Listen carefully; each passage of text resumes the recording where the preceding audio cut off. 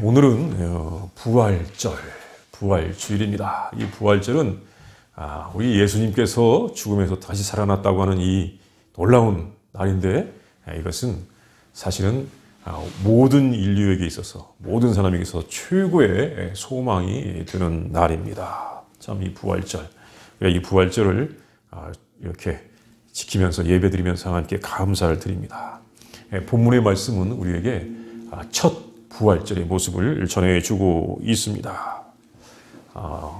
안식 후 첫날, 예수님께서 이제 돌아가시고 안식일이 지났습니다. 그 첫날 새벽에 막달라 마리아를 비롯한 3명의 여자들이 예수님이 묻힌 무덤에 갔다가 이 무덤의 문이 열린 것을 보고는 베드로와 요한에게 가서 알렸습니다. 그러자 베드로와 요한이 즉시 달려가서 그 무덤에서 예수님의 시신은 보지 못하고 돌아가고, 그 후에 막달라 마리아가 부활하신 예수님을 만나서 대화하는 모습입니다.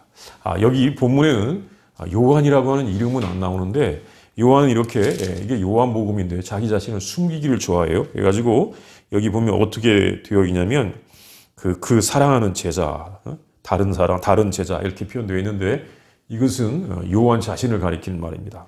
그러니까 막달라 마리아와 3명의 여자가 가서 베드로와 요한에게 알린 것입니다. 아주 독특한 요한의 자기 겸손의 표현입니다. 그동안에 하나님 나라를 전해주시던 우리 예수님께서 우리가 지난 주간을 기념하듯이 이 고난주간, 특히 성금요일에 우리 예수님께서 십자가에서 죽으셨습니다.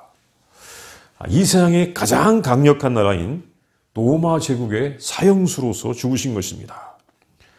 예수님께서 로마 제국의 죄수로서 죽으신 것은 하나님의 나라가 마치 세상 나라에게 패한 것처럼 보이는 일이기도 하는 것입니다. 하나님의 나라 결국 안 돼. 세상 나라한테 죽어. 이것처럼 보이는 것이기도 합니다. 또 공의를 외치던 예수님이 불의를 일삼는 유대교의 이 종교 지도자들의 모략에 져서 마치 공의가 불의에 패한 것처럼 보이는 일이기도 했습니다. 그런데 예수님께서 다시 살아나셨습니다. 물론 예수님께서 다시 살아나시는 모습은 이전에 십자가에서 죽기 전의 모습과는 다릅니다. 분명히 의미가 있어요. 십자가에서 죽기 전의 모습과 달라요. 달라야만 맞아요.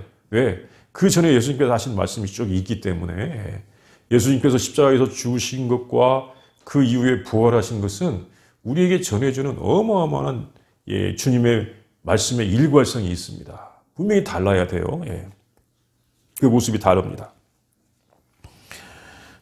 그 예수님의 모습은 현재 우리들이 가진 이 현재의 모습과 다른 모습으로 살아나셨습니다.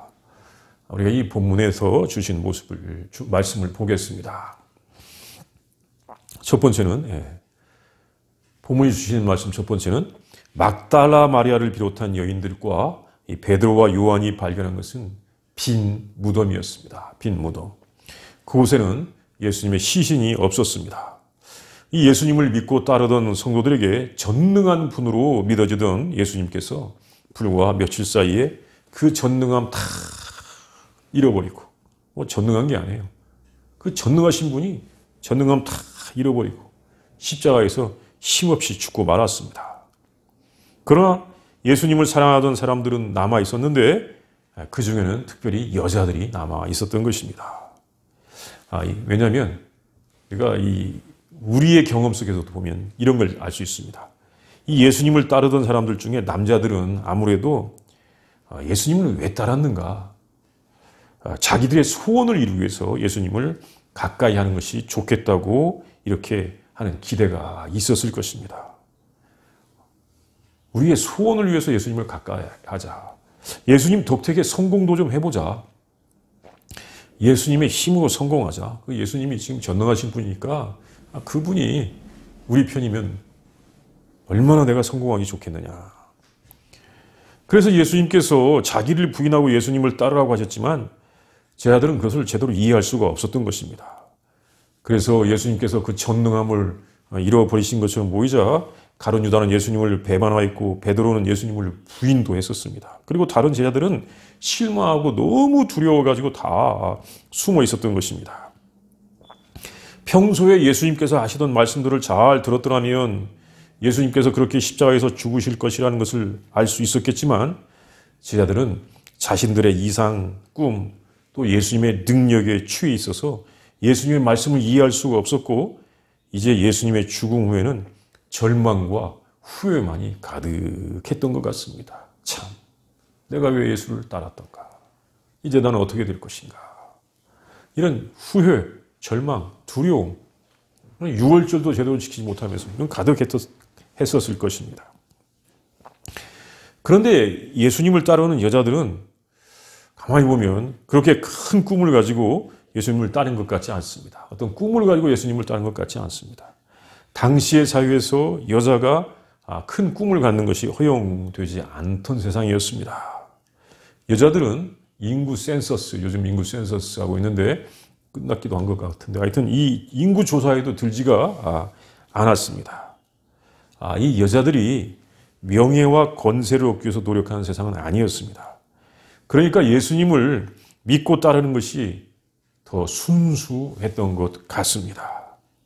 그리고 예수님께서는 이 천대받는 여자들에게도 잘 대해주셨습니다. 저 천대받는 사람들, 나도 역시 천대한다. 그게 아니었죠. 예수님은 그 천대받는 사람들에게 더 잘 해주셨습니다. 작은 사람들, 소외된 사람들 더 소중히 여기시는 하나님의 나라를 전해주시면서 소외되었던 여자들에게도 예수님은 무한한 사랑과 여러 가지 참 하나님의 이 은혜를 베풀어 주셨습니다. 그러니까 여자들은 예수님께 더 많은 감사와 사랑을 느꼈을 것입니다.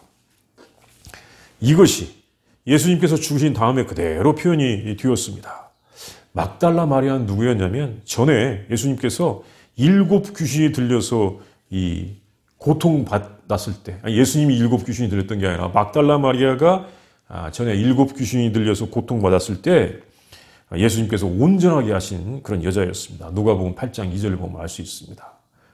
예수님께서 그 여자를 온전케 해주셨습니다. 7 귀신이나 들어있었는데. 이런 막달라 마리아가 얼마나 예수님을 사랑하겠습니까? 그는 회복된 다음에 제자들과 함께 예수님을 따라다녔습니다.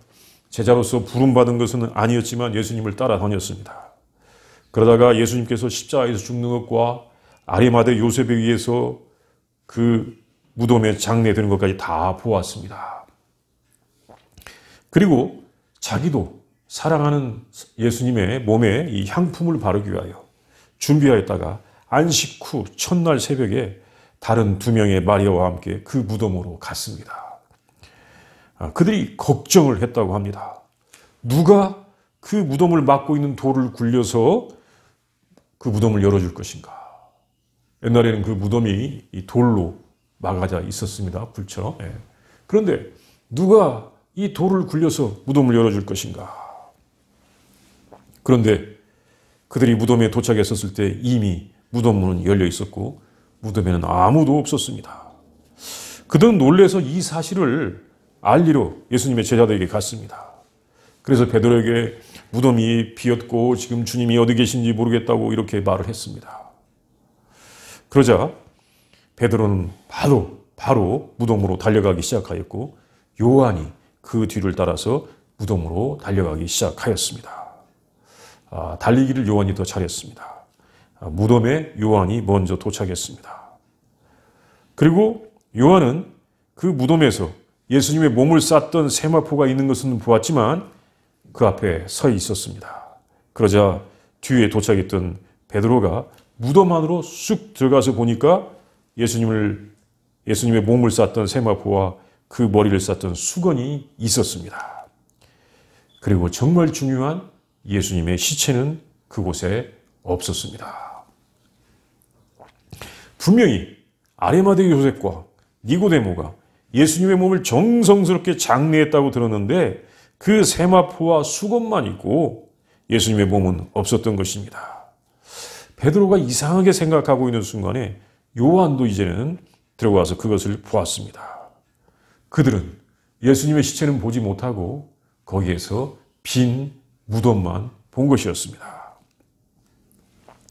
베드로는 예수님의 제자로서, 사실 수제자였죠. 수제자로서 아주 이상한 일을 연속적으로 지금 경험하고 있는 것입니다. 모든 불길한 일들이 지금 베드로에게 다 일어난다고 할 수 있습니다.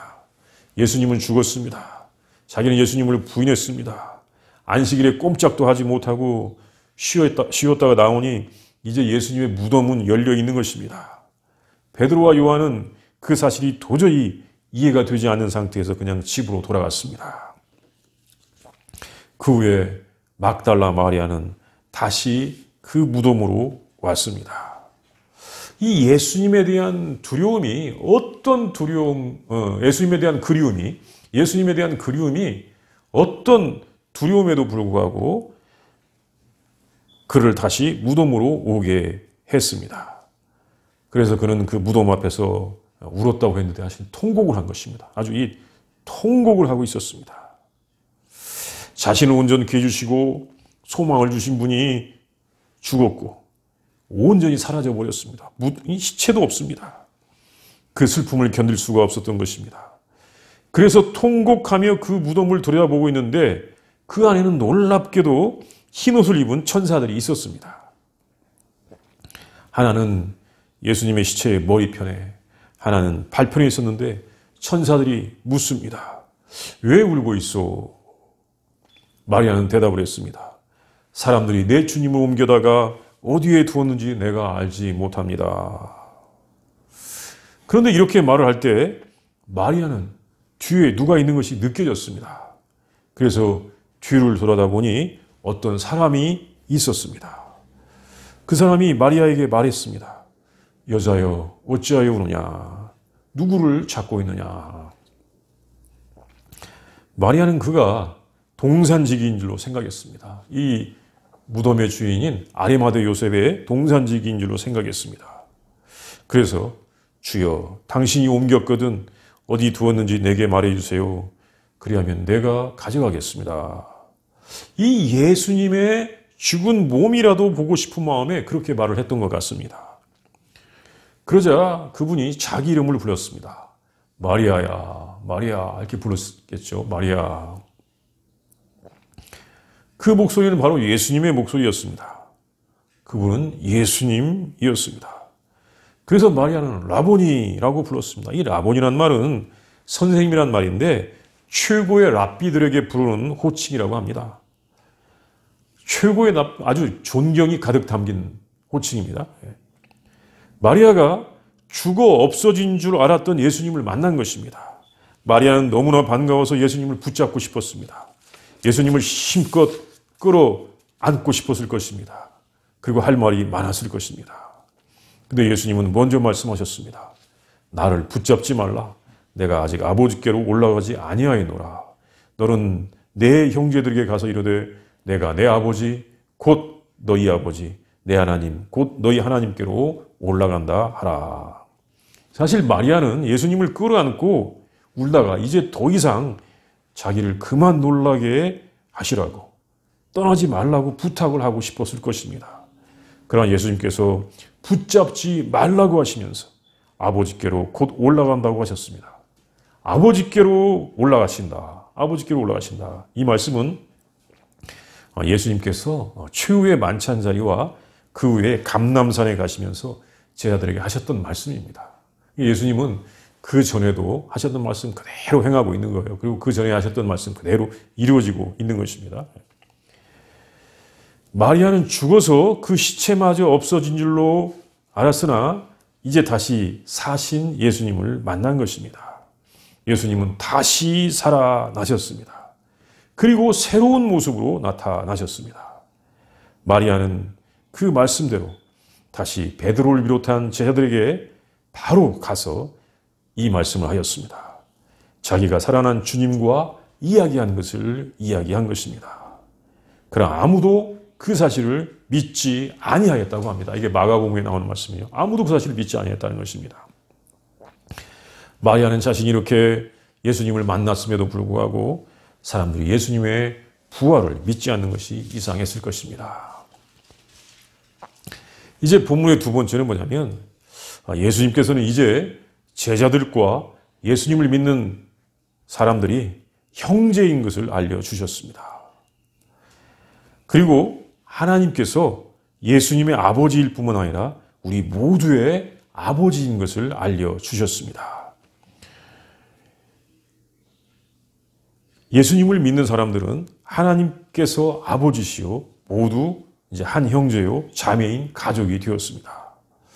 예수님께서 17절에서 그 마리아에게 말씀하신 것은 이제 아버지께로 곧 올라갈 것이라는 말씀과 제자들은 한 형제라는 말씀입니다. 한 형제라는 것입니다. 그리고 예수님의 아버지는 곧 제자들의 아버지라는 말씀입니다. 예수님께서 제자들을 가리킬 때 이제 너희들은 내 제자에 가서 너는 내 제자에 가서 이제 이렇게 말하라 하지 않으셨죠. 이렇게 제자나 사도라고 말씀하시지 않고 형제라고 말씀하셨습니다. 17절에 보면 우리가 볼 수 있죠. 17절 같이 다시 한번 읽어볼까요? 17절. 같이 읽겠습니다. 시작. 예수께서 이르시되 나를 붙들지 말라. 내가 아직 아버지께로 올라가지 아니하였노라.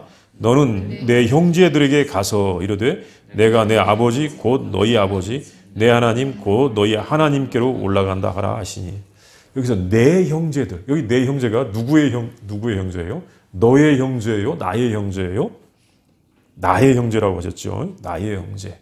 나의 형제들에게 가서. 나의 형제는 제자들을 가리킵니다.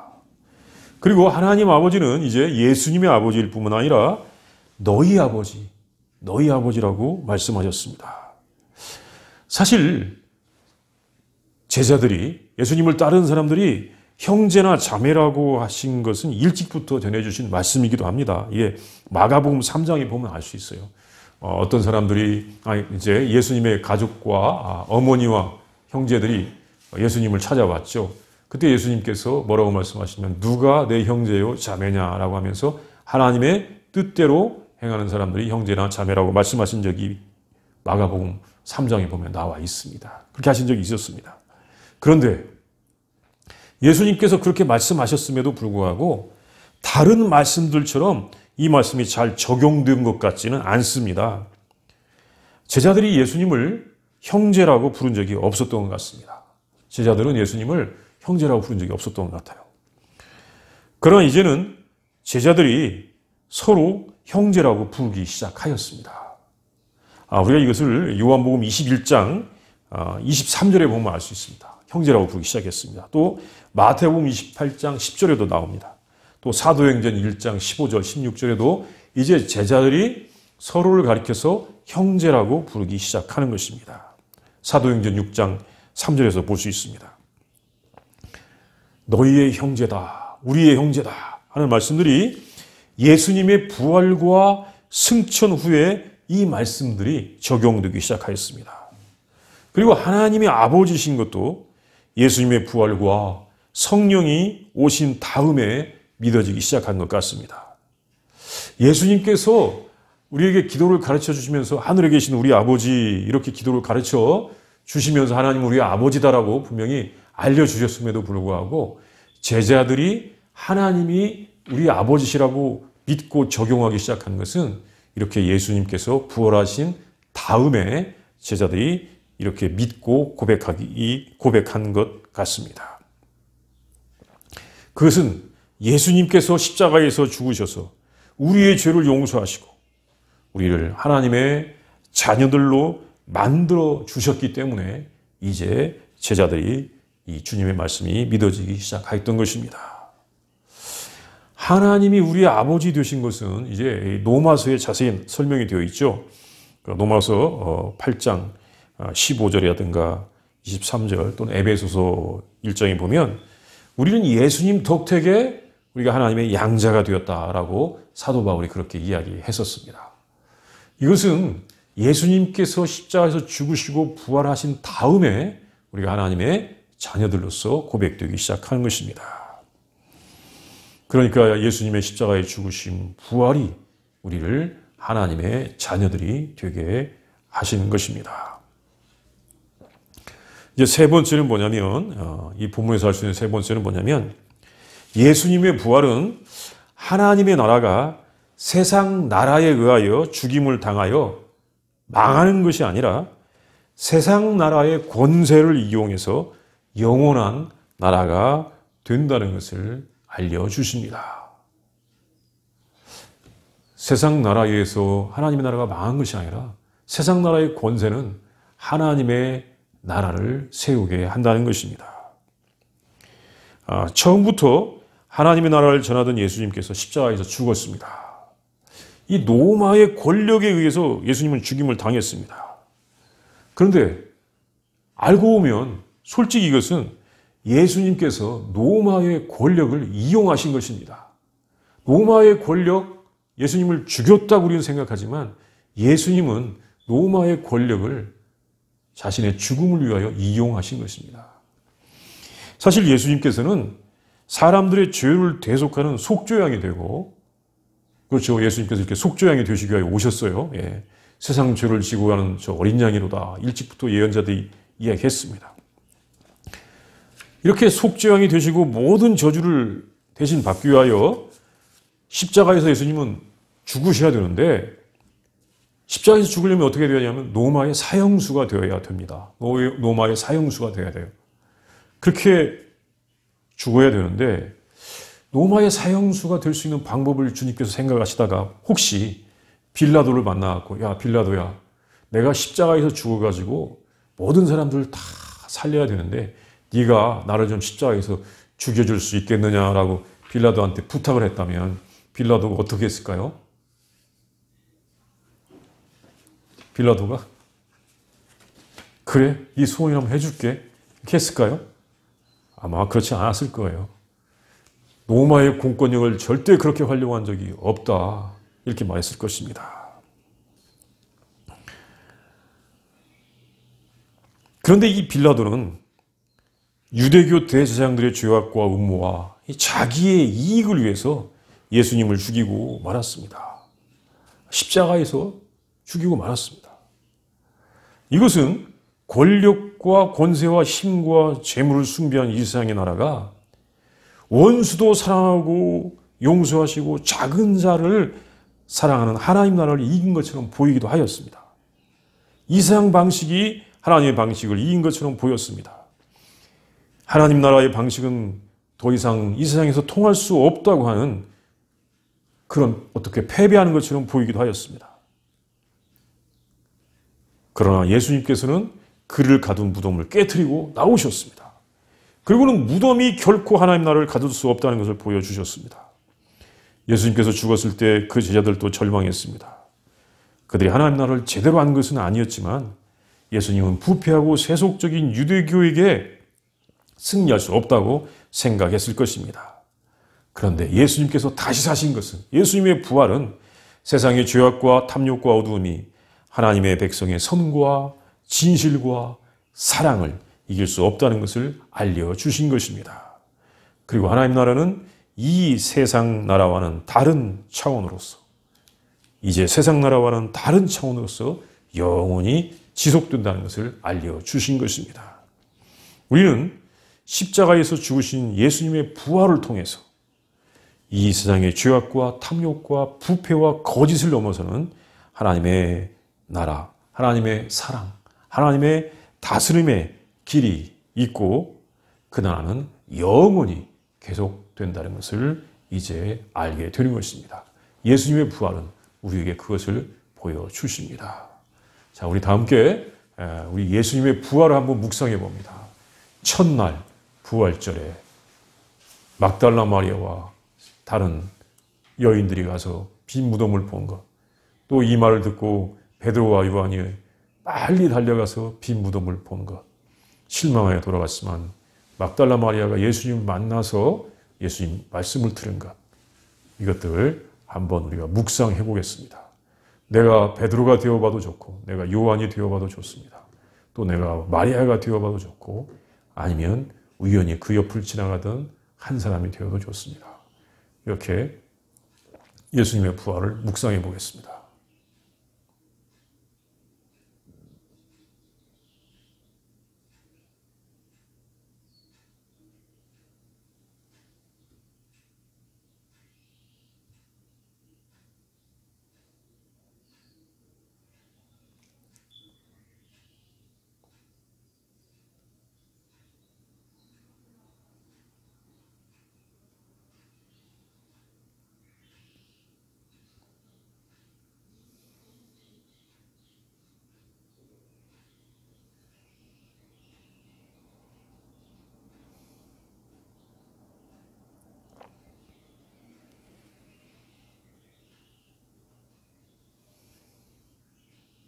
하나님 아버지 감사합니다.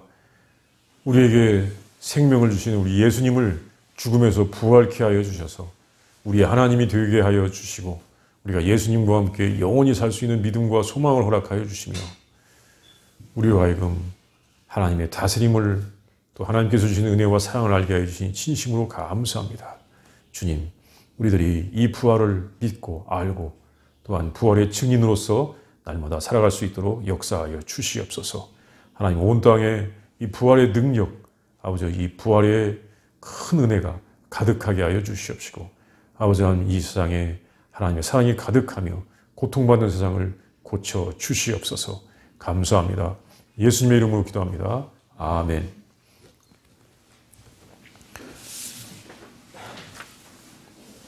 우리도 함께 찬송가 171장을 부르겠습니다. 171장.